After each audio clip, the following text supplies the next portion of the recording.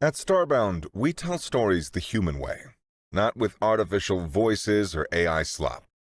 I mean, in the end, what's HFY without humanity? Subscribe to keep it this way. My name is the Voice Ogre, and let's begin.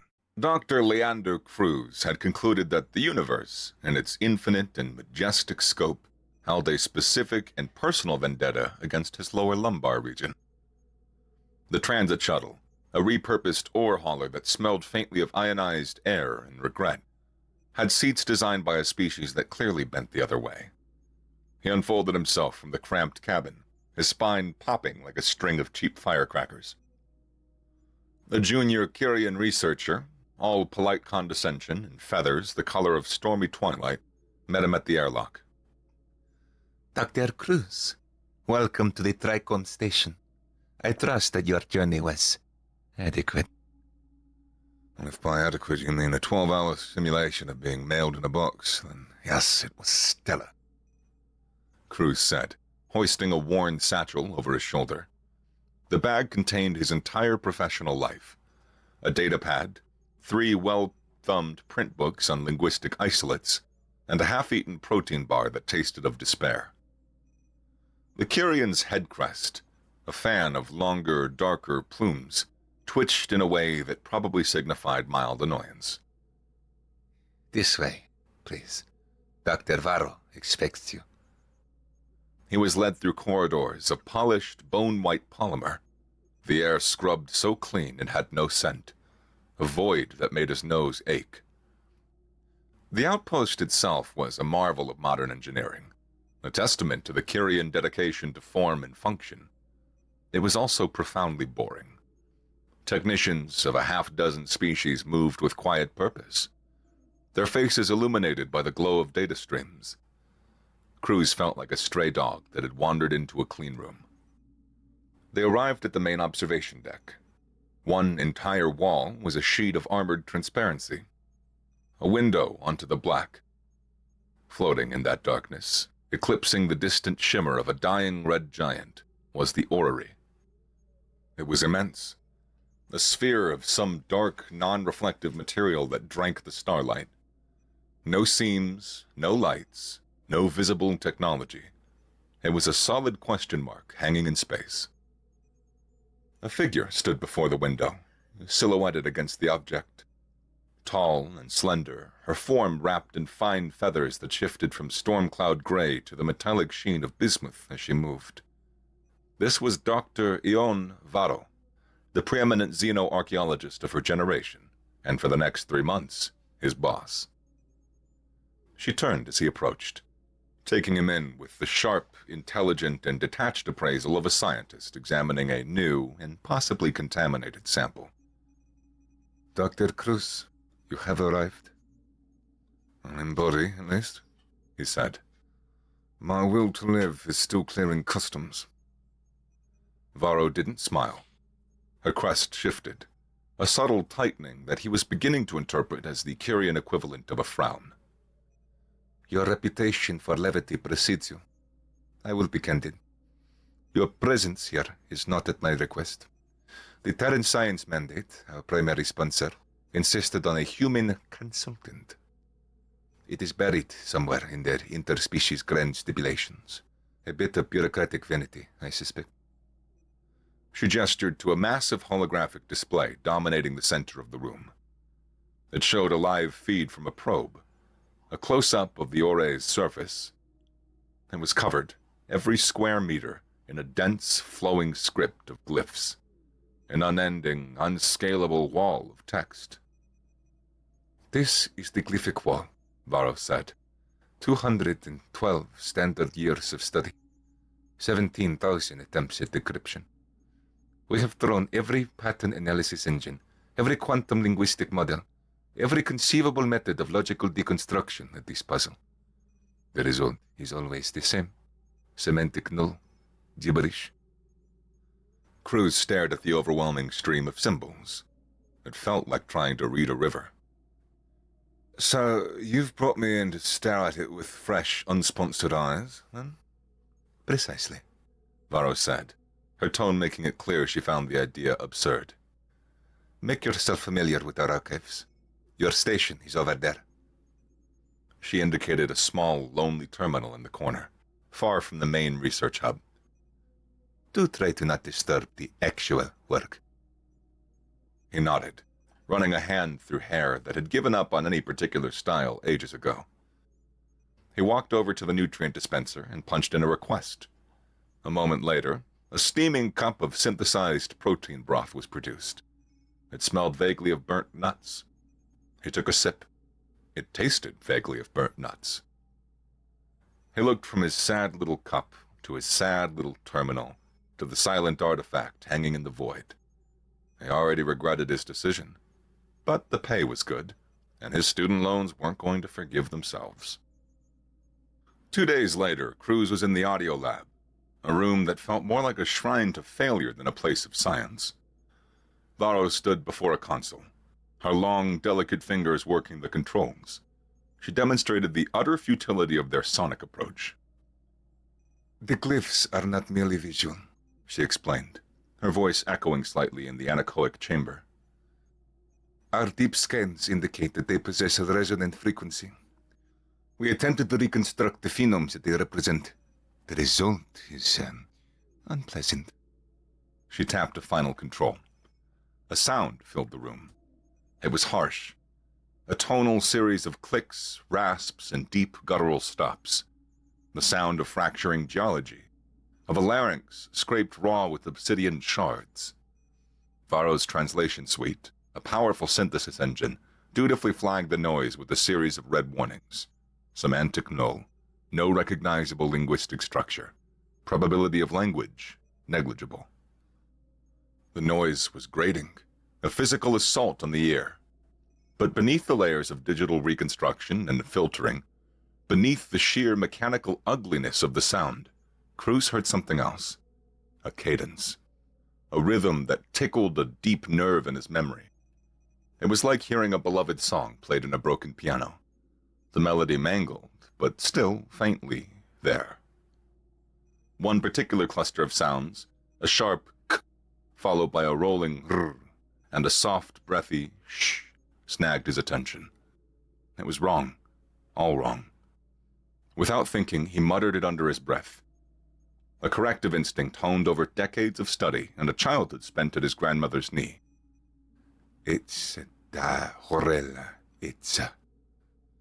It was a whisper, barely audible over the hum of the lab equipment. A simple, frustrated phrase. That's not right at all. On the main observation screen, which linked to all labs, a single feed from the glyphic wall probe flickered. One glyph, out of the trillions covering the orrery, pulsed with a soft amber light. It glowed for 3 seconds, a warm amber in a field of cold stone. Then, a series of soft chimes echoed through the observation deck, piped into the lab's comm system. 3 distinct melodic notes. The abrasive audio reconstruction cut off. Silence fell. So complete the hum of life support seemed deafening. Varro's team was stunned. The entire outpost, which had been a hive of quiet activity, went completely still. 2 centuries of staring at an inert rock, and it had just chimed at them. Varro spun around, her bismuth-colored features flaring slightly. Her usual academic composure was gone, replaced by a sharp, demanding intensity. What did you just say? I said, that's not right at all, Cruz repeated, feeling the focus of every person on the observation deck. He took a long, slow sip of his nutrient broth. It still tasted of burnt nuts. You will have to be more specific, Doctor. Varro's voice was tight. She had him in her private office now, a Spartan room with a single perfect view of the orrery. Cruz sighed, a sound that conveyed a man stretched thin. It's a dialect, a kitchen dialect, you might call it. It's from my home region, the Basque country. It's not where I grew up, but it's where my parents are from. Impossible, Varro stated flatly. My team cross-referenced every known human linguistic isolate on record. We analyzed the archives of the Euskaltzai in India, the Royal Academy of the Basque Language, We found no correlation stronger than random statistical noise. But of course you didn't, Cruz said, leaning back in his chair. You were looking for a formal, documented language, and this isn't that. This is home speak. It's what my grandmother, my Amona, used to mutter when she burnt the toast. It's what my great-uncle would say to his dog. It was never written down. It was never recorded. It just was. Varro's crest flattened against her skull.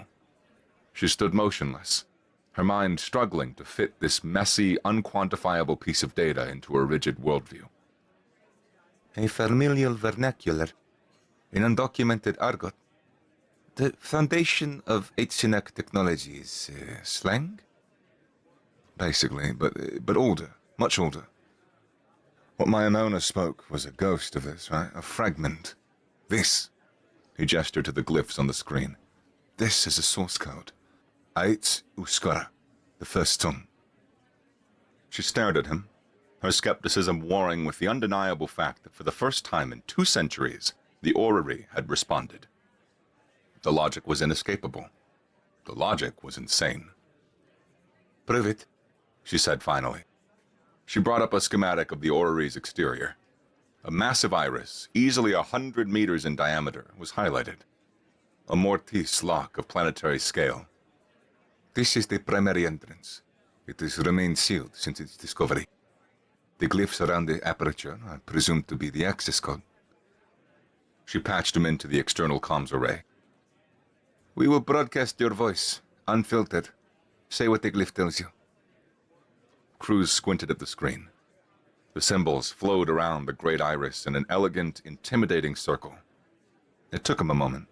The structure was archaic, the phrasing poetic, but the sentiment was simple. He grumbled, mostly to himself. This is so far above my pay grade that it's in a different solar system. Your compensation will be adjusted accordingly, Varro said. Cruz took a deep breath, leaned toward the microphone, and spoke. He let the sounds form in his chest, the way his grandmother had taught him, the resonance coming from the diaphragm, not just the throat. He spoke a simple, formal greeting, a phrase so old it felt like disturbing dust in a tomb. Bidaria Hemen Da. The traveler is here. His voice, clear and living, shot across the vacuum. For a long moment, nothing happened. The orrery remained dark, silent, impassive. He glared at Varro, noting the tightening of her crest, the almost imperceptible smirk she was failing to suppress. Then, a low-frequency shudder vibrated through the outpost's superstructure. It was a sound felt more than heard. The groans of immense mechanisms waking from an aeons-long slumber. On the screen, the massive iris began to retract, its segments sliding back with a precision that defied mechanical explanation, revealing a perfect circle of absolute blackness. A gateway had opened. The air inside the orrery was still, cold, and carried the scent of deep time and sterile stone. Cruz, Varro, and a 4-person security team led by a hulking Grisk named Bao stepped through the threshold. The interior was as seamless as the exterior, vast corridors of the same dark material that seemed to absorb sound. Their footfalls made no echo. Bao was immense, his skin and texture the color of cooled lava rock. His face was a smooth, featureless plate, as Grisk's senses were based on thermal and seismic vibrations. He moved with a gravitas that suggested immense mass under perfect control. He said nothing to Cruz since they met, but the thermal aura he projected had shifted from indifferent to keenly interested. They walked for what felt like a kilometer, the only light from their shoulder-mounted lamps. Then, their path was blocked. The air ahead of them shimmered, a barrier of distorted space like a heat haze on a summer road. A line of glyphs glowed on the wall beside it with soft internal lights. A security measure, Varro surmised, her team's analysts already feeding data back. It's requesting a numeric sequence. A prime number permutation, perhaps? Cruz stepped forward, studying the glowing symbols. He shook his head. It's not math. He looked at Varro. It's a riddle. Her crest twitched. Hey, read that. It asks, Cruz translated slowly. I have no voice, but I tell all stories. I have no legs, but I travel all worlds. What am I? Varro was silent, her analytical mind grinding against the alien concept of a lock that required lateral thinking. One of her teammates suggested data stream. Another proposed light. Cruz smiled faintly. It was a children's riddle, one his Amona had told him countless times. He stepped up to the shimmering barrier and spoke the answer, a single poetic line. Isar batek estu prisarik. A star does not rush. But the deeper meaning, the one the riddle was reaching for, was patience. The barrier of distorted air dissolved into nothingness, leaving the corridor ahead clear. Varro froze. Her entire methodology, her career built on rigorous logic and quantifiable data, was being dismantled piece by folk tales and linguistic intuition. She stared at Cruz, the rigid lines of her posture softening almost imperceptibly. Bao, however, just inclined his featureless head. His thermal signature, focused on Cruz, pulsed with a steady, warm wave of what could only be appraisal. He didn't need to understand how the key worked. He just needed to know who held it. They pressed deeper into the silent labyrinth. The orrery was not a dead tomb. It was a dormant machine, and they were waking it up. As they rounded a corner, Varro's comm unit crackled to life, the voice of her junior researcher echoing in the corridor. Dr. Varro! Unidentified warship just dropped from stealth off Port Bow. They're hailing. It is the Qatar Collective. They're demanding docking clearance at Bay 3, citing the Galactic Antiquities Preservation Accord. Our instructions are... Well, we can't legally stop them. Varro's feathers went rigid. A low hiss escaped her beak. Those parasitic scavengers. They monitor every deep space discovery, waiting for the others to do the hard work before swooping in to claim the prize. Bao didn't waste time with curses. He and his team moved into a defensive formation, weapons raised, securing their position at a junction of several corridors. The Grisk's calm was more unsettling than any shout. Minutes later, they heard the precise, rhythmic clicking of jointed limbs on the polymer floor. A team of 12 emerged from the corridor behind them, clad in interlocking plates of a gunmetal gray chitin that served as both exoskeleton and armor. They carried weapons that pulsed with a contained violet energy, making Bao's standard-issue rifles look like toys. Leading them was a Cathar who moved with an unnerving, non-biological efficiency. Its tall, insectoid frame was laced with sleek, integrated cybernetics that glowed with the same violet light. Its multifaceted eyes, cold and analytical, swiveled to take in the scene. This was Executor Magos. Dr. Varro, it said, its voice a synthesized monotone, devoid of inflection but laced with undeniable authority. A momentous day. The Cathar Collective registers your breakthrough. It looked past Varro, past Bao's imposing form, and its multifaceted gaze landed on Cruz. The cluster of optical sensors whirred softly as it catalogued the tired-looking academic in a functional but worn clothing. We are here to provide oversight, Magos continued, its tone never wavering. The Antiquities Accord grants us the right to observe and participate in any discovery of this magnitude. I propose we pool our resources, for the optimization of the asset acquisition, of course. The two teams faced each other down in the long, silent corridor. The air, already cold, seemed to drop another 10 degrees. The corridor ahead opened into a vast chamber.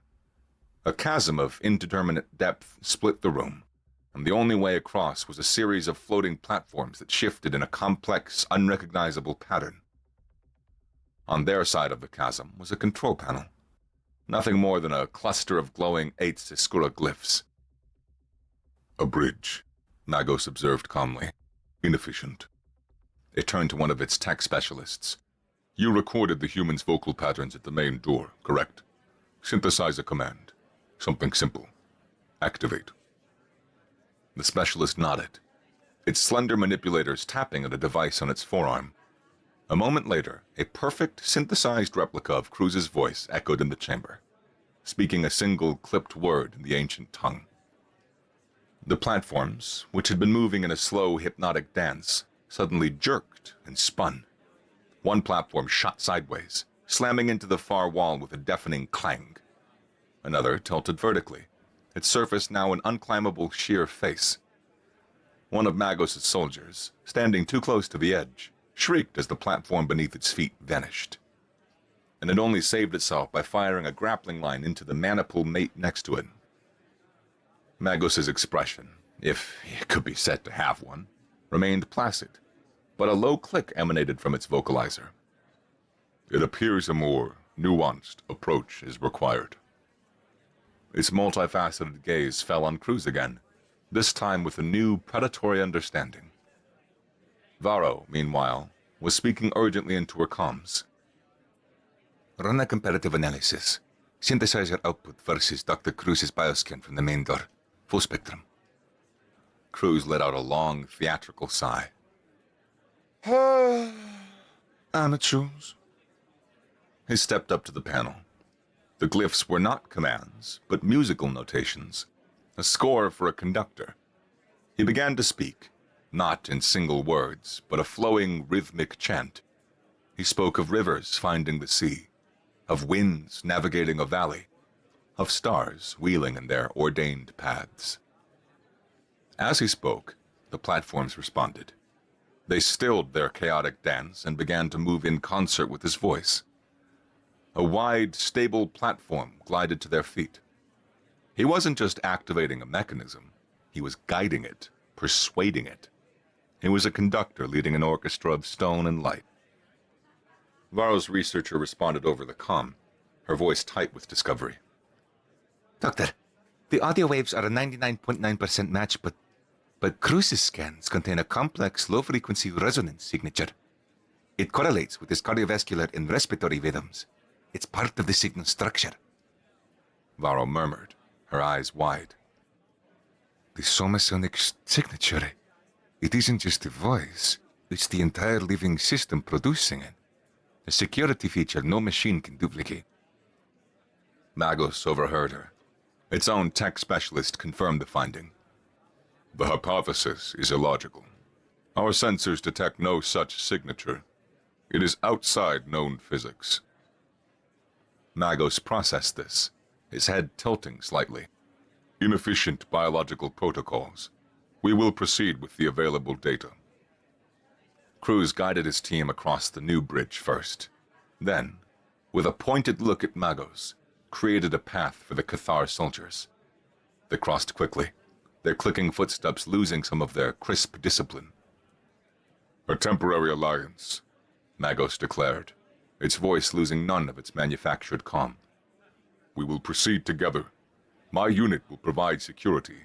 The human will provide access. The next chamber they entered was different.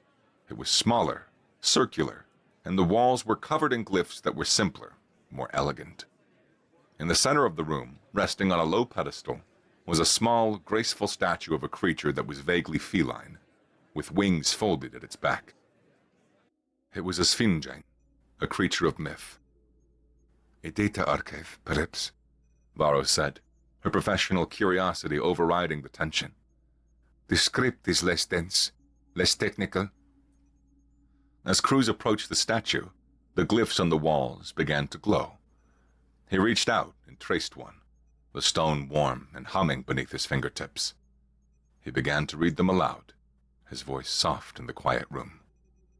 They were stories, children's stories, fables of star-faring ancestors who painted the void with new worlds. Parables about siblings separated by a great cosmic distance, and the promise that one day they would find their way back to each other. He found a recurring phrase, woven into nearly every table. Et Zara, id sulzen, diren, harach. The children returning home, This was not the grand impersonal pronouncement of a godlike species. This was a language for rocking a child to sleep, for telling tales around a hearth. He felt a deep, instinctual sense of connection, a strange, resonant echo of belonging that he couldn't explain. He was a stranger in a place that felt impossibly like home. Their progress was halted by another locked door. This one was covered in a dense, interwoven script, the glyphs overlapping and connecting in a complex grammatical web. It was a sentence of nightmarish complexity. It is a grammatical puzzle, Varro stated, her analytical mind immediately grasping the nature of the lock. A logical sequence dependent on the correct syntax. Cruz stared at it, a knot of frustration tightening in his stomach. He could understand the individual words, nouns, verbs, adjectives, but the structure was beyond him. The grammar was so archaic, so far removed from even his grandmother's dialect, that he couldn't parse the meaning. He had reached the absolute limits of his remembered vocabulary.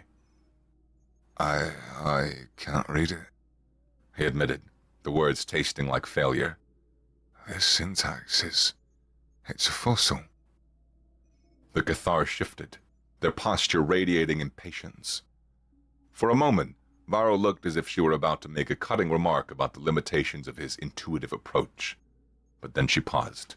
She saw an opportunity not for scorn, but for synergy. Perhaps not, she said, stepping forward. I cannot understand the meaning, but I can see the pattern. She activated a holographic display from her wrist projector, overlaying it on the door. Lines and brackets of pure logic encased the flowing organic script. The Eidsinak structured their mathematics on a base 12 system. Their architecture reflects it. The star charts that they have use it. It's not unreasonable to assume that their formal grammar follows a similar principle. She pointed to a series of interlocking clauses. Your human languages are primarily linear. This is nested, recursive. If you treat this phrase not as a sentence, but as an equation. She worked with a breathtaking speed and clarity, rearranging the structure not by meaning, which she couldn't guess, but by the cold, hard logic of the mathematical pattern she identified. She couldn't provide the words, but she could give him the order, the blueprint. Combining her structural analysis with his intuitive understanding of the phonemes, they rebuilt the sentence together. It was a strange, beautiful phrase, a poetic declaration about the relationship between memory and starlight. Cruz took a breath and spoke the reconstructed phrase. His voice gave it life. Varro's logic had given it form. The lock opened with a soft, satisfying click. He looked at Varro. She met his gaze and gave a single, sharp nod. It was more than an acknowledgement of success. It was the first unreserved sign of mutual reliance. The next chamber was a test of a different sort.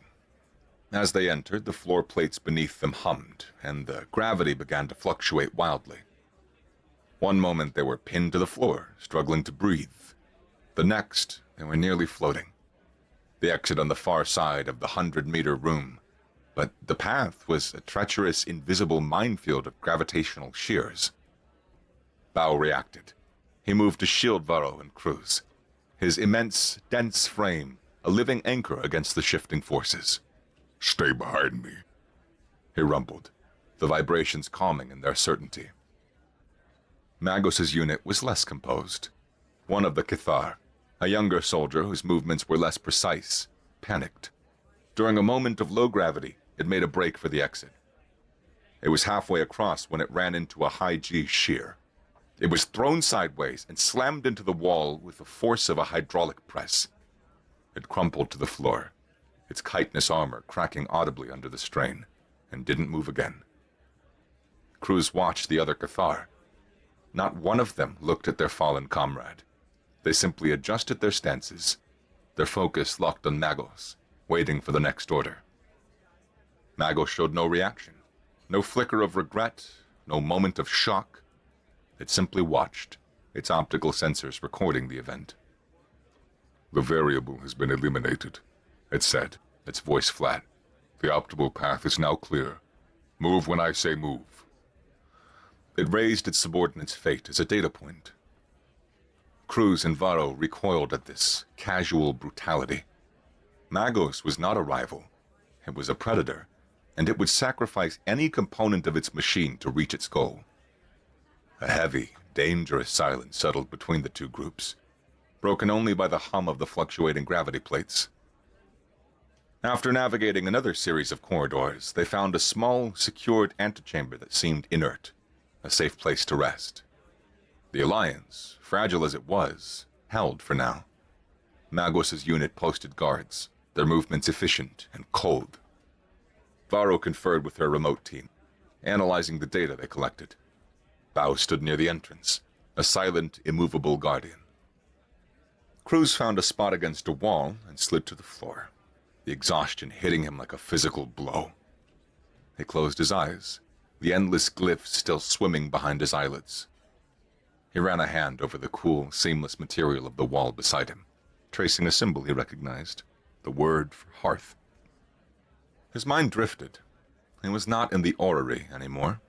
He was a small boy, sitting in his Amona's kitchen in a small village nestled in the Pyrenees. The air smelled of garlic, olive oil, and baking bread. She hummed an old song, a tune in Aitz Euskara he now recognized as one of the fables from the archive chamber. Her voice was thin but warm.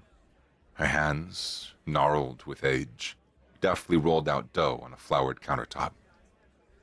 She was the last one, the last of her generation in the village who spoke the old way, the Sukaldeko Hitskunza, the kitchen language.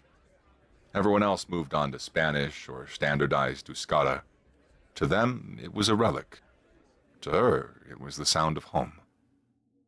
He remembered the diagnosis, lymphoma. He remembered the slow, urbanized decay of the illness, the way it stole the resonance from her voice before it stole her breath. The language almost died with her. He pursued linguistics to honor her, to keep that small part of her alive. But years of bureaucratic frustrations, of fighting for funding for a field most people considered useless, had buried that passion under a mountain of cynicism and doubt. He opened his eyes and looked at the glyph for hearth. This was not an academic exercise anymore. It wasn't about a paycheck or a prestigious discovery. He wasn't just translating a dead language. He was speaking her memory back into the universe. He was telling the stars her stories. And for the first time in a very long time, he knew exactly why he was here. They finally reached the heart of the orrery, the nexus. It was a vast spherical chamber, its interior surface a perfect star field that slowly rotated around them. It felt as if they were standing in the very center of the galaxy. In the middle of the chamber, floating in zero gravity, was a single, massive obelisk of black stone. It was covered in the most complex, interwoven web of glyphs they had ever encountered. Surrounding the obelisk was a shimmering, powerful energy shield that crackled with contained power. This was the final lock, the master control. The moment they were all inside, the alliance ended. Magos and his unit moved quickly, surrounding Cruz, Varro, and Bao. They raised their weapons, fully charged and humming with violet light. "Human," Magos said, its synthesized tone now holding the sharp edge of a cutting laser. "You have been an invaluable asset. Now you will complete your task. Open the Nexus." "I believe a finalization of our operational parameters is in order," Magos continued, stepping closer. It gestured with its weapon towards Varro. "Open the Nexus, human, or I will begin terminating non-essential biological units. I will start with the Kyrian. Their functions are irrelevant to the objective. Comply, or they will be terminated." Varro's crest flared in defiance. Do not do it, Leander. Her voice rang with unexpected strength. Do not give this technological vulture the keys to our collective history. Bao subtly shifted his weight. His body coiled like a spring. His thermal sensors locked on Magos, calculating angles and velocities. He was ready to act, but he knew the odds. Cruz ignored them all. His entire world narrowed to the floating obelisk and the river of script that flowed over its surface. He wasn't a warrior. He wasn't a hero. He was a linguist, and this was his battlefield. He recognized the form. It was a poem, an epic, lyrical poem, a lament for scattered children, a desperate, hopeful question sent out into the silent dark, and a promise of reunion. It was a call, waiting for its response. He took a deep breath and began to recite it. His voice, quiet at first, filled the vast chamber. He spoke the ancient words not as a scholar, but as a bard, letting the rhythm and the meter carry the weight of eons of longing. With each verse he spoke, the energy shield around the obelisk flickered, its light pulsing in time with his words. The starfield on the walls seemed to brighten, the distant nebulae growing with soft, sympathetic light.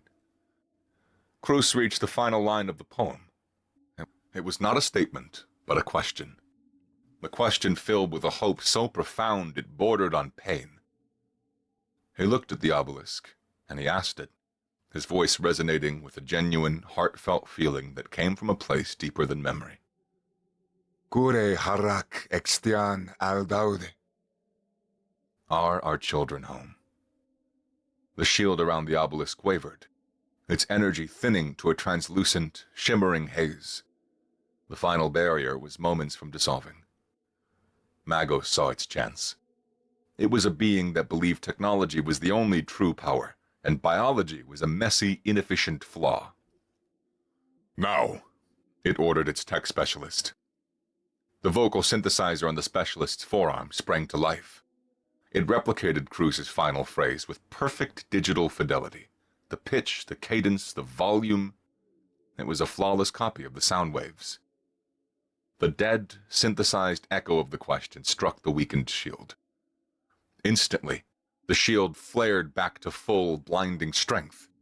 It pulsed with an angry crimson light that emitted a harsh, defensive tone. A shriek of alien outrage. The orrery, a machine built on the subtle, living resonance of its creators, reacted to the sterile, lifeless signal not as a key, but as an attack. Before Magos could issue another order, the obelisk itself flared with a brilliant white light. A figure materialized from the light, coalescing into a tall, radiant being made of starlight and memory. It was an Atzinak, rendered in a form so perfect it seemed solid. It looked at the assembled beings, an ancient, patient eyes finally falling on Cruz. Varro, the scientist and skeptic, could only stare, her analytical mind silenced. She stepped forward, her feathers quivering, and addressed the being with the most formal, respectful greeting she could construct from her own research. A stilted, academic approximation of the high tongue. Greetings, honored ancestor. We come in peace, seeking knowledge from those who came before. The being tilted its head, its expression patient, but its eyes held a faint, distant confusion. It didn't seem to comprehend the stiff formality, the worshipful tone. Cruz watched the exchange, and something inside him, a knot of exhaustion, exasperation, and sheer cosmic absurdity, finally snapped. He was done with puzzles, threats, and academic posturing. He looked at the glowing figure of humanity's oldest ancestor, a being of unimaginable power and wisdom, and his sarcasm, the last defense of a man perpetually out of his depth, took over. In the casual, familiar etz escura of his grandmother's kitchen, the dialect of burnt toast and family gossip, he said, "You still speak that dialect?" A slow, warm smile spread across the being's face. A look of immense, relieved recognition. It responded in the same intimate, easy tongue, its voice like the chiming of distant bells. It is the only one that matters. Our children have finally found their way home. The nexus hummed with power. The starfield on the walls blazed with light. Tendrils of pure energy white and gold, erupted from the obelisk. They moved with gentle, deliberate purpose, harmlessly enveloping Cruz, Varro, and Bao in a warm, protective embrace. Other tendrils, swift as lightning, lashed out at Magos and his soldiers. They were a targeted electromagnetic pulse, specifically and intelligently homing in on their active weapon systems and invasive, non-integrated cybernetic implants. Magos's violet augmentation sparked violently. Its weapon overloaded with a loud crack and fell from its numb manipulators. It clattered to the floor, twitching. Its soldiers followed, their chitinous armor freezing, their weapons going inert, their comm systems frying with a final burst of static. The star field on the ceiling shifted, the familiar constellations dissolving and reforming. It became a vast three-dimensional galactic map. Then, thousands, tens of thousands of points of light flared into existence. They appeared in Kyrian space, in Grisk territory, and the unclaimed voids between the great powers. Each point of light was tagged with a single undeniable marker, a human DNA signature. Varro stared, her beak parted in silent revelation. Her entire conception of galactic history, of humanity as a late-arriving adolescent species, crumbled into dust. Humans weren't late to the galactic stage. They built the stage, populated it, and then somehow forgot their own address. They weren't newcomers. They were the landlords. The Aidsenak gestured to the sprawling map. "We did not scatter you," it explained in the warm, familiar tongue. "We planted you. You are a garden, grown in 1,000 different soils. This orrery is a key, one of many, a way to open the gates between the disparate parts of our family." Beyond the obelisk, the fabric of space began to shimmer. A swirling vortex of light and color opened, a stable, shimmering portal. A gateway. Bao, the stoic Grisk warrior, emitted a low, resonant tone from deep within his chest, a sound of profound reverence that vibrated through the deck plating. Varro met Cruz's gaze, her sharp eyes filled with an emotion that he had never expected to see there. Awe. It was apology enough. He accepted it with a simple, tired nod. He looked from her to the neutralized Cathar, to the glowing map of his long-lost family, and finally to the swirling vortex of the portal, a gateway to 1,000 unknown cousins, 1,000,000 forgotten stories. He scrubbed a hand over his face, the weariness of the journey finally giving way to a real, genuine smile that reached his eyes. "Well," he muttered to Varro, his voice laced with the dry wit that had seen him through it all. "I guess we've got some family reunions to plan."